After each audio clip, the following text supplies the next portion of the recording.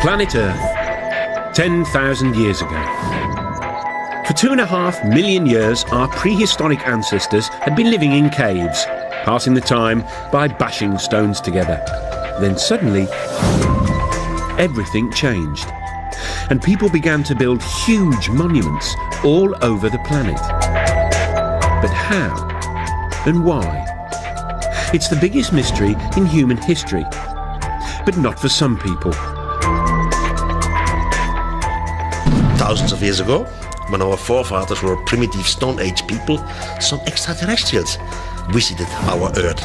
Extraterrestrial presence not only departed the wisdom to build the monuments, but possibly the technology to make it happen.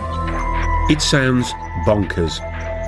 But could aliens have started civilization and built some of the most famous monuments on Earth?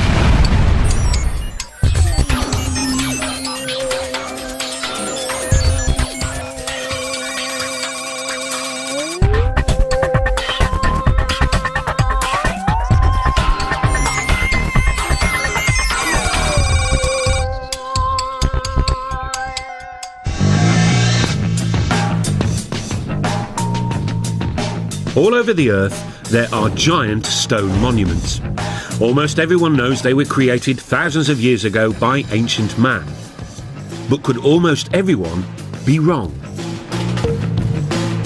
According to the official history books, buildings like the pyramids and Stonehenge are triumphs of human engineering, which mark the beginning of our human civilization. But there are a few nagging questions about them, like why they seem to appear out of the blue.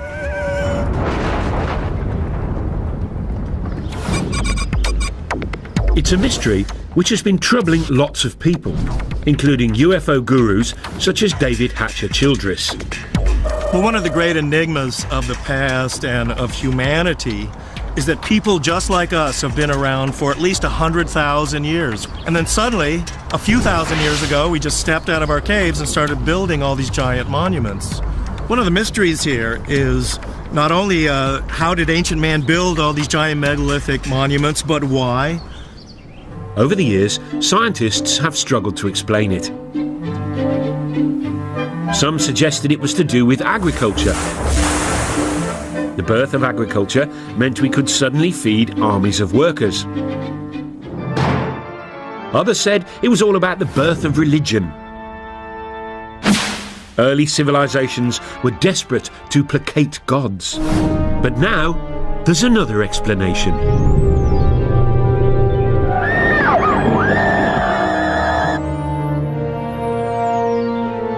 One group of people say that most of these monuments were built or designed in the distant past by aliens who visited our planet with their super advanced technology.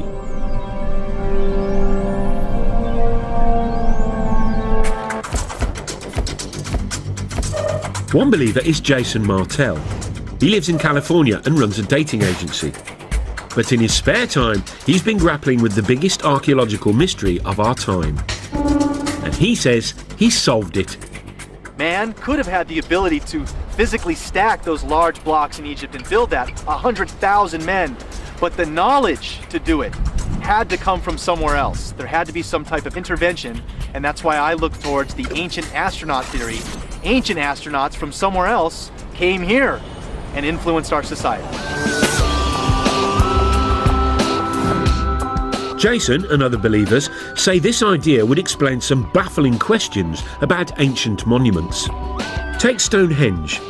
How did Bronze Age Britons drag these 5-ton stones over 170 miles?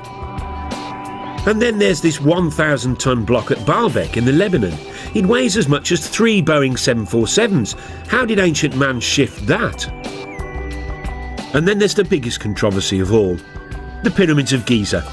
The biggest one is made from 2.5 million blocks of stone. It was built in just 20 years and is lined up exactly with the North Pole, less than 1/10 of a degree out. According to the experts, the answer is simple. The ancient Egyptians were just terribly clever, worked very fast and very hard. And they created a whole tourist industry in only a few decades. But that doesn't convince the likes of Jason Martell. Many of the ancient sites around the world display a type of brilliance that we don't attribute to ancient man. If ancient man is living in clay huts and using stone tools, they're not going to have the advanced mathematics and geometry to lay out some of the sites that we have today. How did ancient man build things like Stonehenge? How did they get the Giza pyramids to line almost 1/10 off a degree to actual north? So what do the official Egypt experts say? Egyptologists think there's no big mystery. Archaeologists, they say, have dug up lots of evidence near the pyramids. The broad features are fairly clear. We've got the barracks where the workmen lived, we've got the tombs of the architects. Also, for some of the unfinished pyramids, we have got the ramps which were used to drag the blocks into place. So although the minutiae of the construction process isn't known, probably is unknowable, I think the big picture is perfectly clear. The problem for believers in ancient alien astronauts is that we can't ask the aliens themselves. Or can we? Lisa Royal Holt says that she knows that aliens built ancient monuments. That's because she is an intergalactic medium who's in direct spiritual contact with an alien called Sasha. Apparently, Sasha lives billions of miles away, but luckily, reception is crystal clear. Over to you, Lisa. Well, greetings to you. This is Sasha. It is a pleasure to be with you this day, and we are so excited that you have an interest in this subject matter. Our intentions for our interaction with Earth humans is absolutely, totally in peace, love, and joy. Thank you, Lisa. I mean, Sasha. That's very reassuring. But what about the pyramids? Who built them?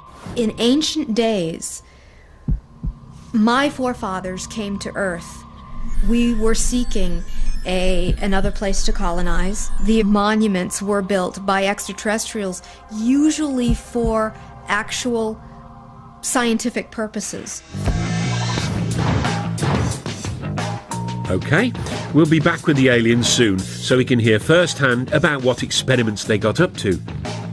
But first, let's meet the godfather of the ancient alien astronaut theory, the man scientists and archaeologists love to hate. Traditional archaeology don't like mysteries. They have the answer for everything. They just declare something, and the rest of the world has to believe it.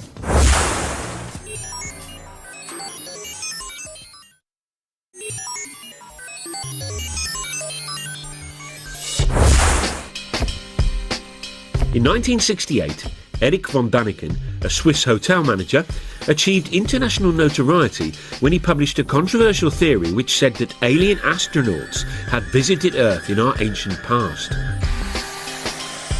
Now, it wasn't the first time it had been suggested extraterrestrial beings had come to Earth in prehistoric times. This, after all, had been a staple of science fiction fantasy for years. But Erich's idea had a rather crucial difference. He said it was true. His book, Chariots of the Gods, sold more than 60 million copies worldwide. And he quickly became an international superstar. Erich seemed to give the world a brand new space-age version of human history. Thousands of years ago, when our forefathers were still Stone Age people, some extraterrestrials arrived. Von Däniken argued that those extraterrestrials helped build ancient monuments. His career as a solver of ancient mysteries began, he says, in the 1960s. While other people were taking drugs and generally rebelling, Erich was pondering ancient buildings, and one in particular, the Great Pyramid of Egypt. Built as a tomb for the pharaoh Cheops, it's made of 2.5 million stone blocks. Some of the biggest weigh up to 80 tons and were transported from quarries hundreds and hundreds of miles away. And that was 1,000 years before the invention of the wheel. To Erich von Däniken, that posed a huge question. Not why the aliens didn't give us the wheel, but another big question. This is the largest man-made monument on Earth, with a height of about 450 feet and weighing 30 million tons. It's quite a piece. I mean, for a group of people or architects who came right out from Stone Age time.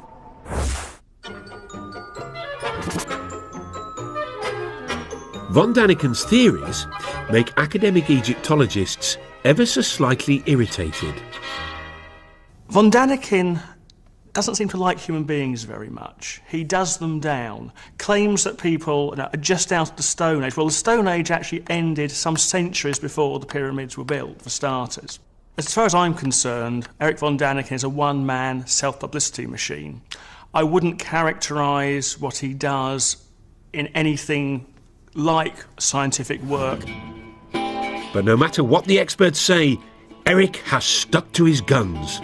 I was never afraid to be ridiculed. I was never afraid that others have a complete different opinion to me. It's wonderful. It's their freedom.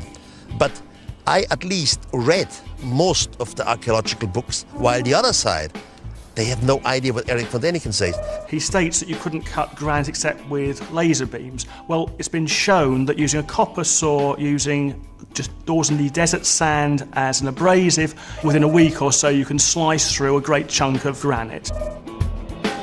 As far as the professionals are concerned, Egyptians didn't need big lasers and big UFOs to move stones. They relied on their big Egyptian muscles. The transport of blocks of stone isn't an issue. Egyptologists have actually done experiments with large numbers of people in a large block of stone, and you just pull it. Some of the blocks came from Aswan. Take the ceiling of the King's Chamber. This is from Aswan, but this is 1,000 kilometers away from here. It's not so easy. There's actually a carving in an Egyptian tomb showing them moving a huge statue exactly by that, simply by muscle power. So there's no mystery about how the Egyptians moved great blocks of stone. And here it is. There are no aliens in this ancient Egyptian carving of the pyramids being built, unless they're cunningly disguised as ancient Egyptians, which is probably why it doesn't appear in any of von Daniken's books. I fail to understand why people can't really grasp the fact that these things were built by the men and women who lived at that time in that country. The logic just seems irrefutable. There are some other obvious quirks in Erich's theory about the pyramids. For one thing, he says after the aliens left, humans did build some pyramids, using alien technology left behind. How did they do that? That's another mystery. He's not quite sure. He also says the pharaoh's tombs were actually a cunning attempt to copy the alien science of cryogenics, which preserves the dead in a state of suspended animation. Von Daniken was quickly dismissed as a crank, and still is. But the archaeologists don't have it all their own way, for there's one irritating little puzzle they haven't been able to solve yet. According to the scientists, the Great Pyramid was completed in just 20 years. Given there are over 2 million blocks, that means the Egyptians had to quarry, move and set a block every minute and a half of every day, 365 days a year for the whole construction period. One has to admit that the details of pyramid construction remain obscure. 2.5 million blocks in such a short time? There really must be doubts if you have a reasonable brain.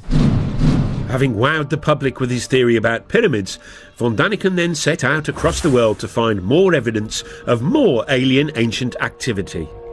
These extraterrestrials have left some proof. But the question is complicated. Left what? What could they have left? And what do you know? He saw that proof everywhere.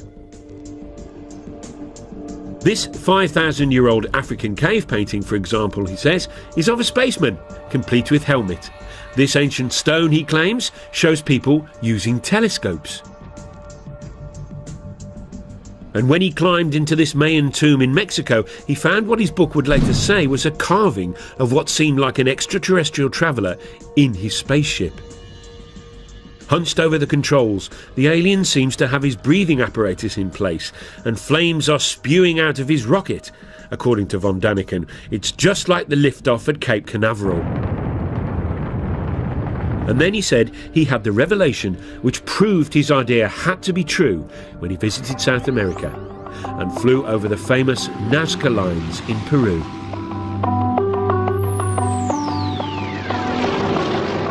These ancient patterns, drawn into the desert, stretch for miles. Some are weird shapes. But mysteriously, those weird shapes can only really be seen from the sky. I had my first flight over Nazca, and it was very, very impressive because you can see it only from the air. Then you fly higher, then you see something who looks like airstrips. You think, this is fascinating, this is incredible, this is not normal for the natives. And then the question comes, why have they done it, and why exactly here? Archaeologists say these lines are irrigation channels or religious symbols, but von Daniken says he has a much more convincing explanation involving, yes, you guessed it, aliens. We had a mother spaceship around the Earth. From the mother spaceship, smaller vehicle came down, and they were looking for some kind of mineral and whatever. And they make their discoveries and disappeared again. The first lines, he said, were left by accident by the aliens who left marks when they landed and took off in their UFOs. The natives came and see the line of landing because sand and little stones are blown away. And now the natives start to make lines like they have seen created by some mysterious god. Eric believes that the Nazca were so impressed by the visiting aliens, they thought they were gods and set out to copy the lines themselves. He says it was an effect similar to that modern Westerners had on Stone Age tribes in the 20th century. New Guinea tribespeople thought the first Westerners they saw were gods who had come down from the heavens in silver birds. They worshipped them long after they'd gone and even built model planes and airfields hoping to lure the silver birds back. But it didn't work for the poor old Peruvians though. The aliens never returned. And instead, they got the Spanish.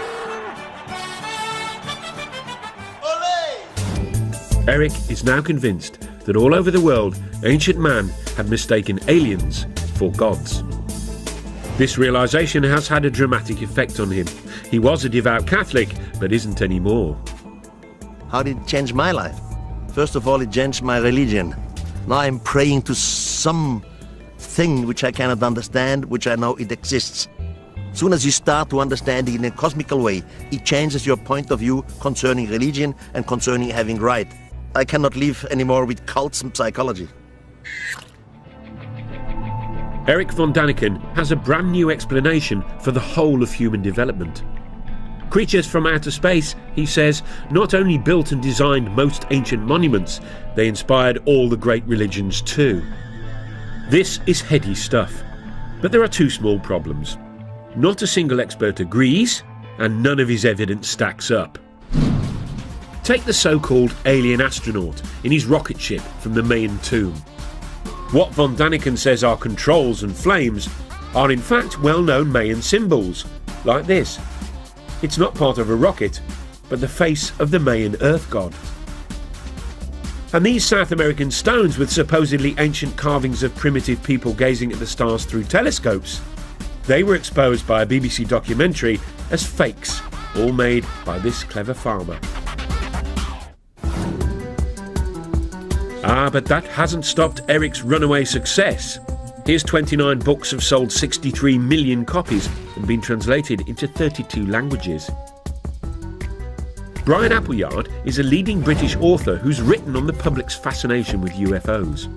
He thinks von Daniken's success is down to people's growing distrust of experts, which leads to a taste for conspiracy theories. Now, people by the 60s and 70s, and because of the Cold War, people were paranoid, convinced that governments were lying to them, convinced that something was concealed, and convinced that the world was not as we were told it was. So people were ripe for a story. They were ready to hear a story about extraordinary things. The von Daniken phenomenon seems unstoppable. He makes so much money from his books, he recently opened his very own theme park, which celebrates his unorthodox beliefs. Complete with reconstructions of some of the ancient monuments. You see great things like the desert of Nazca in Peru, like Stonehenge. It's a laser show, by the way. In a breathtaking laser show, the visitor experiences the spectacular sight of Stonehenge. There's even a guided tour which aims to answer all those big questions you've been dying to have answered. Did the mythical continent of Mu ever exist? What is the secret of the underwater structures off the Japanese island of Yonaguni? Von Daniken's success has also inspired a whole new generation of authors, including the likes of New Age writer David Hatcher Childress. People are attracted to Eric's theories, I think, because there are genuinely unexplained mysteries of the past. And we really don't have all of the answers to why mankind, supposedly a primitive mankind, would go through the tremendous effort to build many of these giant monuments. Eric von Daniken's definitely been one of the pivotal people that I've looked to grab onto the coattails of his information and really start to look at this information in a new light.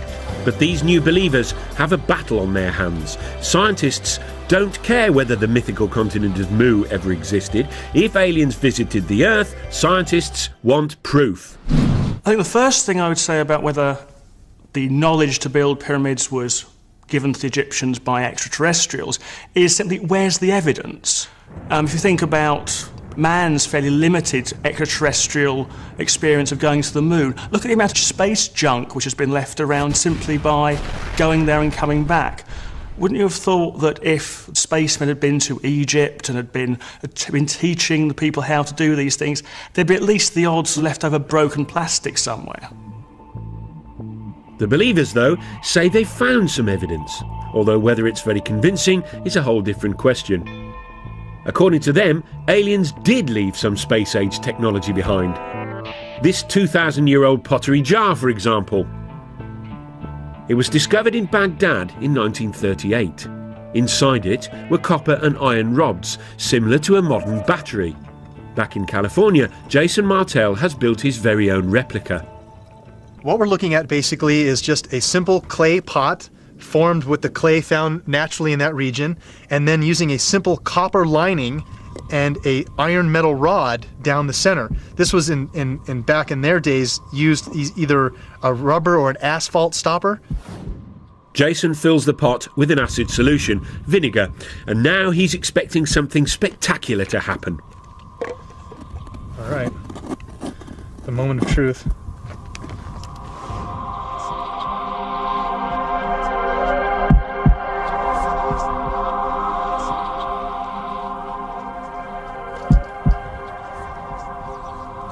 Getting some little numbers here. See that spike? It's going off the chart here now. Look, there we go. See that? Generating 4 volts right there.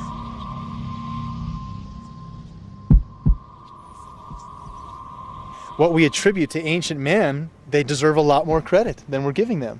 Because obviously we can test the devices with our understandings of technology and get a reading. Here we are, 4 volts right there from the battery. So obviously they were able to make this happen. What were they using it for? Very possibly electricity. Now, what ancient Iraqis might have done with 4 volts of electricity, nobody's sure. As for aliens, why would they need an old clay pot when they can zoom through interstellar space? If making a little pot, filling it with vinegar and sticking a bit of copper in it, and then seeing that there's some bubbles appear, is space-age technology, fine. Back at Eric's theme park, the Baghdad battery is given pride of place, alongside an object based on an Egyptian drawing which he claims was an electric light bulb. The Egyptologists, though, say it's a well-known symbol and is actually just a snake inside a flower. The spoil sports. But Eric is convinced the ancient Egyptians used electricity to light up the dark passages in their pyramids. Someone must have nicked all the wires. Now, you may have been thinking that aliens could have brought us something more useful than the odd light bulb. Well, the same thought occurred to this man. He believes they brought the technology to tap into a cosmic energy source, which they then linked to all the ancient monuments on the Earth. Funny? He doesn't look crackers.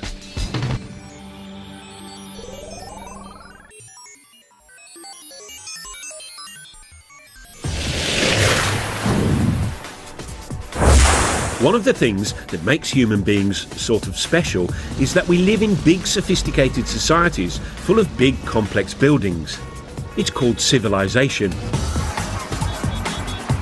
Which is why so many people positively hate the idea that the whole thing might have been kick-started by aliens. At the heart of the theory is the suggestion that extraterrestrials built the very first big buildings of all back in the ancient past. Which is all very well and good, but the believers have had a hard time explaining why the aliens did all this. Were they just trying to show off? Not according to this man. Here he is, hiding in Stonehenge.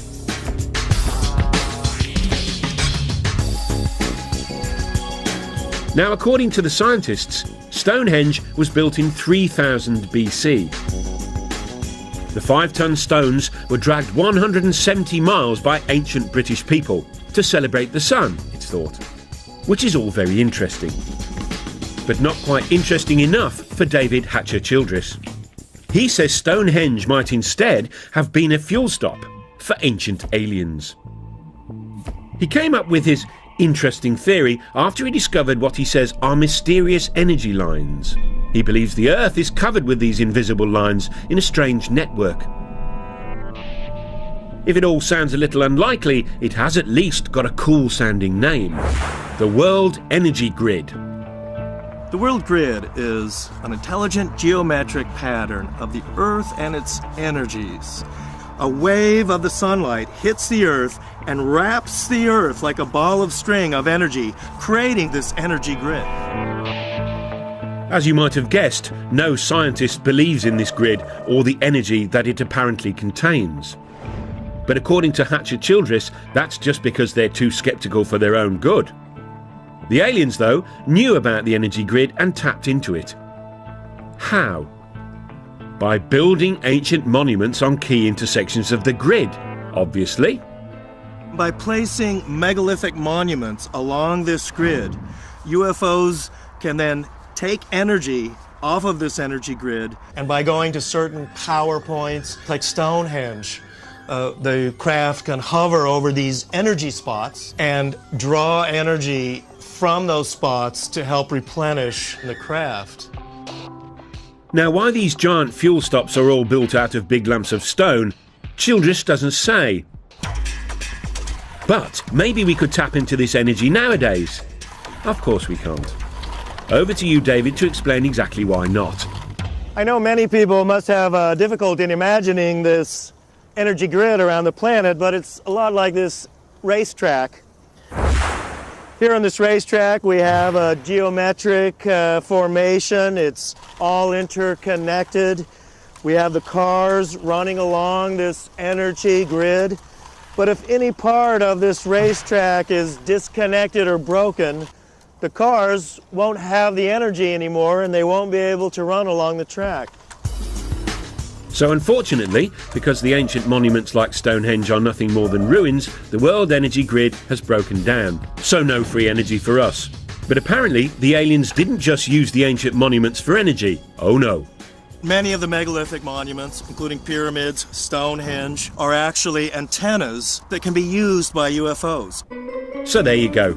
Stonehenge wasn't just a place where druids hung out, it may have been used by ancient aliens to phone home. Or maybe not. Oh sure, they're from another planet. But talking of phoning home, where might these ancient aliens have actually come from? There is one man who should know. He's Seth Shostak.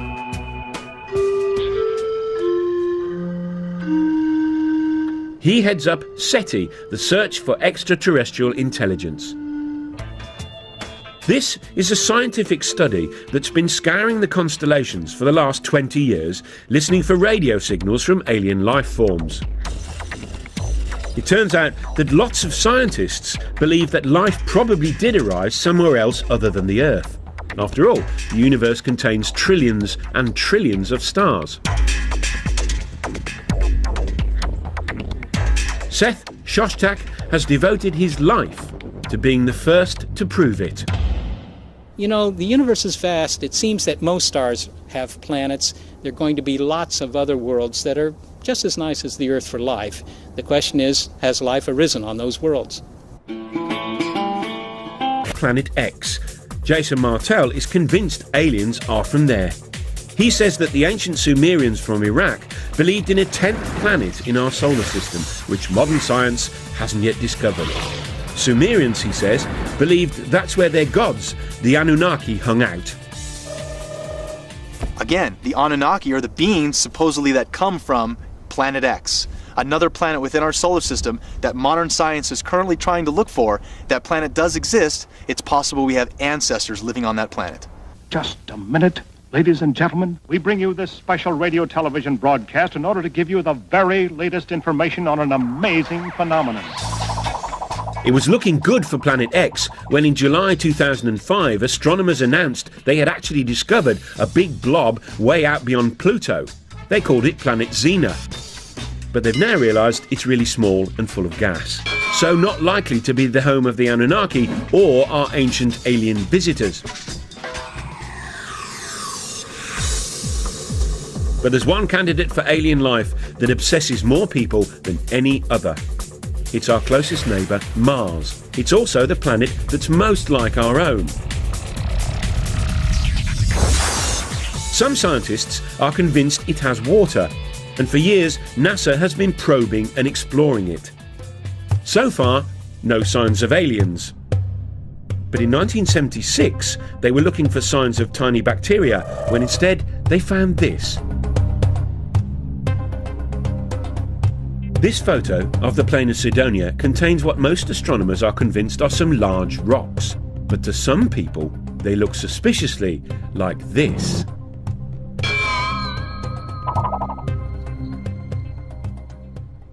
Here's one guy who thinks that's exactly what they are.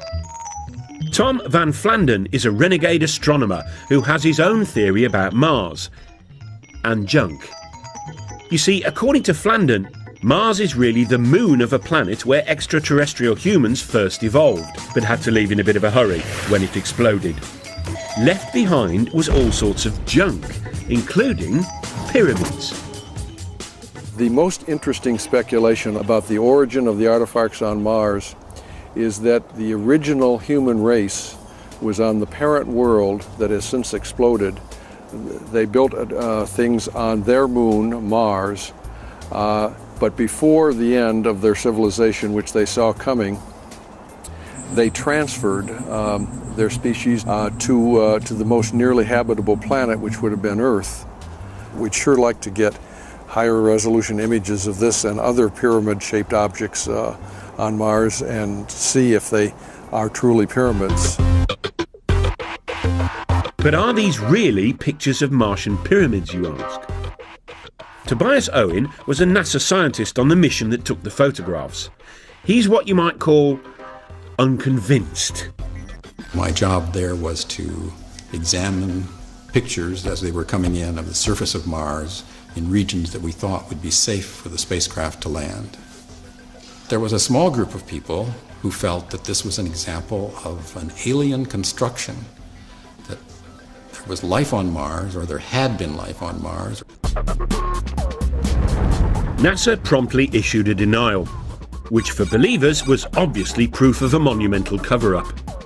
You know, the interesting thing about NASA's track record, NASA, National Aeronautics Space Association, could also stand for never a straight answer. In its inception in 1959 or so, NASA consulted a big think tank called the Brookings Institute, which advised NASA, if you ever find extraterrestrials, these things need to be handled cautiously. For one, society in general and religious institutions aren't quite ready to accept an extraterrestrial presence. Pyramids on Mars were spooky enough, but then things got really out of hand when NASA released another batch of photographs from the plain of Cydonia. And near the pyramid shapes was something else. A rocky outcrop that some people felt had an eerie resemblance to something familiar, something that ancient astronaut believers have long connected with aliens. Yep, that other famous tourist site in Egypt. Very interestingly enough, NASA first took an image of the face on Mars and they labeled it head. And this photograph was quickly dismissed by NASA as a trick of light and shadow. It's not really a face on Mars, it's just a lighting angle difference. Wrong answer. Here we have a face in pyramids on Mars, a sphinx in pyramids in Egypt. There has to be a connection, a Mars-Earth connection. To the scientists, though, it was just a natural feature. This is the kind of thing that we see on the Earth in various places. There's a famous one in New Hampshire in the United States called the Old Man in the Mountain. And there's a tendency among us humans to try to see images of ourselves in nature. And here was a perfect example, but happened to be on Mars. The common sense explanation is simple. Human beings are just hardwired to recognise faces, even when faces aren't there. Over to a psychologist to explain. Faces are very important to humans from infancy. They're so important that we perceive faces even in a stimulus that is not a face. For example, this plate of eggs in front of me looks very much like a face. We can see eyebrows, two eyes, a nose, and a mouth very readily. Well, when I look at the first image that was taken of the structures on Mars, I see it very, very clearly as a face. Here's an eye, here's the bottom part of a nose, here's the outline of a face. This is a low-resolution image, and I'm quite convinced by that interpretation. However, when I look at the more recent image, which is a much more high-resolution image, I'm very hard-pressed to see that as a face. Now, could I see it as a face? I could. I could go and look for the same features that I saw in the first image and try to pick them out here. But in the high-resolution image, where it is not very ambiguous, it is much harder to perceive this as a face. We now have exquisite images of the surface of Mars that are being taken as we speak, in fact, by the Mars Express spacecraft. And we see extraordinary detail on the surface of that planet, but we see no evidence of anything artificial. So Mars may not have a sphinx, and it probably doesn't have any pyramids. And so far, it hasn't got any signs of life at all. So where do the ancient aliens come from? It's time to consult someone who should really know. An alien herself. Lisa Royal Holt, a cosmic medium, claims she can communicate with aliens. Apparently, she hooks up to the extraterrestrials by putting herself into a self-hypnotic trance. She says she's been doing it for years. It wasn't until I was in college when I was studying hypnosis, and I learned to put myself in an altered state. And when I did that, I started to realize that I was very intuitive and that sometimes I would receive messages. I'm able to actually hear or sense the communications and then verbally communicate them. Right now, her favourite phone buddy is a female alien called Sasha, who takes over Lisa's brain and communicates through Lisa's voice. We are about to do a channeling session. I will go into a meditative state. You are going to hear from Sasha, who says she's from the Pleiades. You mean the Pleiades, a cluster of stars in the constellation of Taurus, otherwise known as the Bull. Tell us, Sasha, if it's not too personal a question, what do girls from the Pleiades look like? In my world, I actually do have what you would know to be a physical body, though it exists in a slightly different dimension. I could walk down your street and pass as a human, but you would probably look at me and feel there was something strange about me. Sasha says her people were intergalactic empire builders who roamed the universe thousands of years ago, taking over other planets and building vast monuments as they did. Ironically, one of their first colonies was apparently on Mars. We used some of the bases there as colonies. What has been found now on Mars represents the tip of the iceberg of what is still on Mars. But Mars was merely a stopover for Sasha's people. She says they soon turned their attention to us. My forefathers thus have been very interested in Earth for a very, very long time. It's time to find out the answer to the biggest question of all about the ancient astronauts. Why did they come here? According to Sasha, they may have been up to more than building monuments and starting civilization. Could they have created the human race?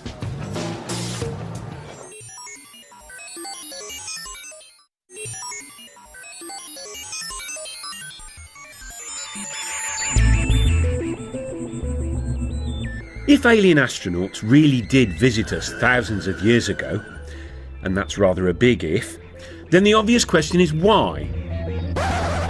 What is it? I don't know. Well, according to Lisa Holt, or rather her alien mate Sasha, there's a perfectly sensible answer. The aliens chanced upon our pre-human ancestors and then started messing with our DNA, a process she calls upliftment. My sources have said that the extraterrestrial genetic projects on Earth have been going on for thousands of years. If your pre-humans were not uplifted by extraterrestrial genetics, your evolution as human beings would not have progressed as far as it has. You would still be in the evolutionary phase if it was not for the little bit of upliftment that was done. Lisa and Sasha are not the only people to believe this theory. They came here 300,000 years ago, created a primitive worker based off the Neanderthal man that was here evolving naturally, and created us. So an extraterrestrial crew comes here. They take one cell. They change the DNA code in the cell. You put it in the womb of a female of the same species. This female will give birth to a child. It's just what we would call the missing link. If the believers in ancient aliens are right, then evolution didn't gradually create humans. We were instead cooked up in the alien equivalent of a test tube. Spooky stuff. To me, that explains so much. And it also explains psychologically a sense of abandonment that the human race seems to feel. That these beings helped in our creation, but then never allowed us to remember who our parents were. Now, it all might sound like cobblers, but the notion of visiting aliens as godlike creators takes alien conspiracy ideas to their ultimate conclusion. And for author Brian Appleyard, it even hints at the role aliens now have in our culture. The idea that aliens once visited Earth and gave us this technology, this capacity, and pointed us up some progressive path, showed us the way to go, is a great idea for people to hold on to. Because one of the problems of the modern world is that people don't have anything to hold on to. And the story of ourselves we're given by science is frankly that we're nothing, it doesn't mean anything. The thing about the alien in the past is that it gives us a story. And that's fundamental to what people need to believe about themselves. Whatever comfort the idea that aliens visited us in the past gives some people, chances are it never happened. But hey, if it did, then maybe, just maybe, the greatest monument they left behind wasn't a giant feat of engineering like the pyramids, but a brilliant little piece of genetic engineering called us.